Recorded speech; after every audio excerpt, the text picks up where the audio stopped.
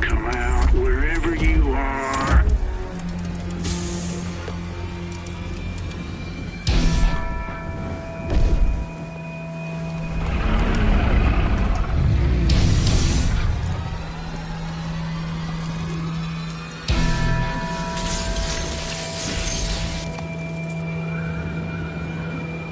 It's day 2 of BlizzCon. We're talking to Chris Sigaty of the Heroes of the Storm team. This game has had a pretty long and evolved history so far. So can you sort of take us through where did it begin and how did you end up where you're at now? Yeah, it began at BlizzCon in 2010. We actually put it together as a map inside of Starcraft II. It was done pretty quickly at the time. We actually did 4 maps at the time, and it was one of those 4. And largely to show off the power of the editor that we were including in Starcraft II and on that platform. We got a really good response, but there was definitely some feedback, and we wanted to bring it up up at another notch, I think. And in 2011, we did that, where it was more hero-centric in 2010. Starcraft-centric in 2010. We made it more Blizzard-centric in 2011, and then we transitioned after that in saying that, with the positive feedback we've received, with the different gameplay elements we wanted to hit, that this needs to be its own fully realized product. And when we made that change, that caused us to change not only the gameplay and mechanics, but also the name. We felt like we really wanted to emphasize that these are going to be the biggest and baddest Blizzard heroes, the most epic Blizzard heroes, and Heroes of the Storm, along with all these changes we made to the gameplay, just felt right. Let's talk about the gameplay, because this is a MOBA, or I heard you guys are calling it a hero brawler, yes. Which personally I think that's a better name than MOBA. But compared to like the sort of typical genre and what's come before as mods, what are some of the bigger changes that you're making to the formula? I think the biggest stuff we're trying to do is really emphasize team play, and with that, and combining with shorter gameplay, we're trying to hit this target of 20-minute games. It's forced us to really think about the mechanics that are right for the game we're trying to make, and a lot of the things that would be considered traditional to this style of game, to this genre of game, we are trying to challenge because it feels right to hit that 20-minute game. So, for example, we have a talent system that you use that is assigned. The choices you make are pretty small, pretty infrequent, that you do out in the battlefield. There's a talent system we're not really showcasing too much here today that you pick and set up outside of the game, so you can focus on that fast action that we have going on constantly throughout the game. So we're really trying to take this Blizzard spin on it and not necessarily have to stick with the conventions that have been there, because it's feeling fun, and that's really what we're after out of this, is fun. And so far the feedback's been really good. It's get in there, get into that fast action, have fun doing it, and if it changes up what would be traditional, I think that's okay. Also, things like last hitting in in-game stores and denying and the sort of stuff that makes Dota incomprehensible to some people, that's also gone. Yeah, that's gone as well, and those things are exactly what I'm talking about. And the feedback can be, that's what I love about those games, and that's okay.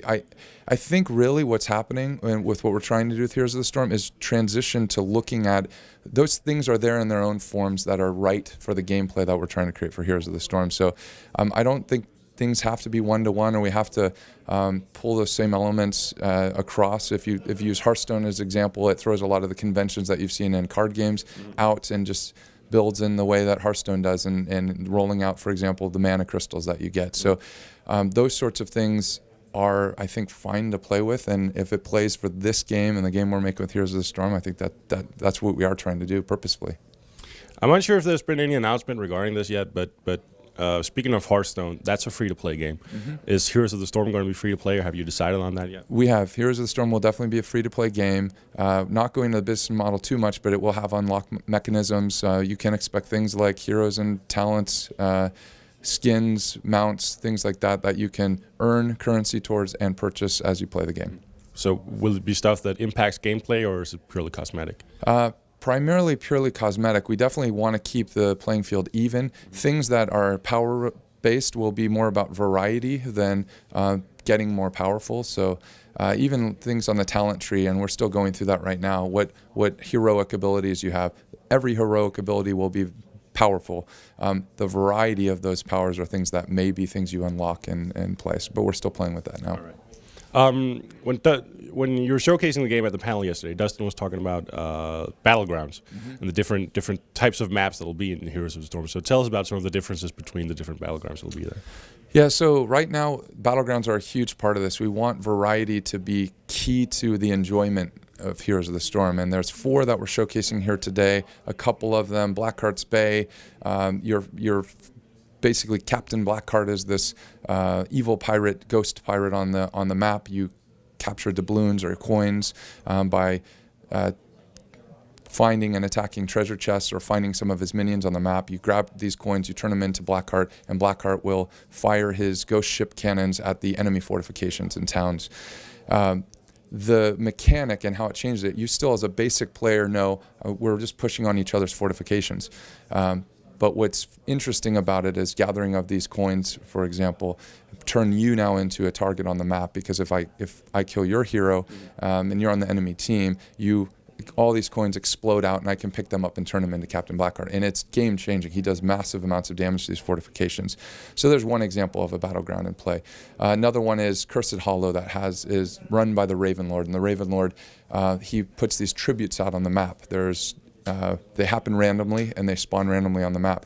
If either of the teams captures 3 of these tributes, he curses the other team. And the other team loses all ammo. Their towers on their fortifications in their different towns stop firing, and then their minions have 1 health each. And it's a game-changing event. And that's really something we see back and forth with these battlegrounds as team levels are going up and down and separating. The other team will then have some epic event like capturing the tributes come into play. They'll then steamroll for a little bit, then the other team will recover and push back, and it's very back and forth, very action-packed right now. So those are just a couple of the examples. There's 2 others that we're showcasing as well, and those battlegrounds are a critical part of what we want in Heroes of the Storm, this variety of play. Ultimately, our hope is that players go in and become very good at being able to react to whatever situation they're put in with this hero that they love or heroes that they love. So they set up and configure their hero in a particular way, jump into this game, they play, their team develops better and better strategies. They then tweak their heroes a little bit differently and to play their roles different in the next game. And so that style of play is definitely part of what we're after in Battlegrounds, it's one of the 3 primary focuses of the game. Who's your favorite hero? Well, this is going to sound really probably bad, but ETC is my favorite. ETC it's awesome because he's got that fun that we've had throughout the years. His abilities are just, I think, hilarious. Stage dive, mosh pit, these sorts of abilities are powerful and fun. His character, that level of flavor that he has, I think is great. Beyond that, right now I'm having a lot of fun with Raynor as well. I'm also partial to Starcraft II stuff as well, and a Terran player, so Raynor plays really fun, and seeing the Hyperion come on board and start firing from above is really a fun moment in the game. So those are my 2 favorites right now. One of the changes compared to the rest of the games in this genre is that instead of having individual hero levels, you have one shared level for the entire team. Yep. Tell us about what sort of heroes that lets you do that you couldn't do with an individual system. Yeah, so that's definitely purposeful. That's having team levels like that allows us to have crazy heroes, and that's something we want. Abathur is probably the best example of a hero that really can exist. If he has to be killing units and heroes and minions to gain XP to level up, it just doesn't play to how we want him to. He can kill heroes by jumping and infesting his friendly heroes and firing from them, but it's rare. He gets off a skill shot every once in a while. but more importantly, he's helping in lanes and allowing team levels allow that to be there. Same thing with support heroes. True support heroes, Uther, he can actually dish out some damage, but if he were to play an entire game just healing, and that helps the team push through, we want those abilities to still come online and be effective, and it's a core part of the fundamentals right now, and that's definitely been controversial. We've definitely heard people speak up, but for right now it's working. We'll continue to experiment with it. I think it's here to stay, but we'll see. Beta signups are open now, I think. I know you're Blizzard, so you probably don't have a definitive answer, but is there any sort of time frame indication for when we can expect the beta to get going?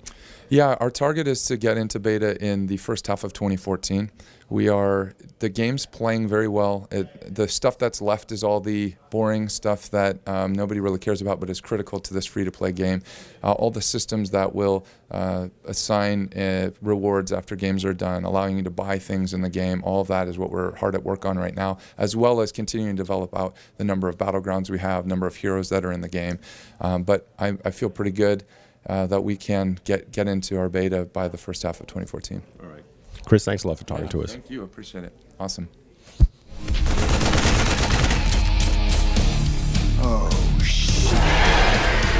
Nuclear launch detected.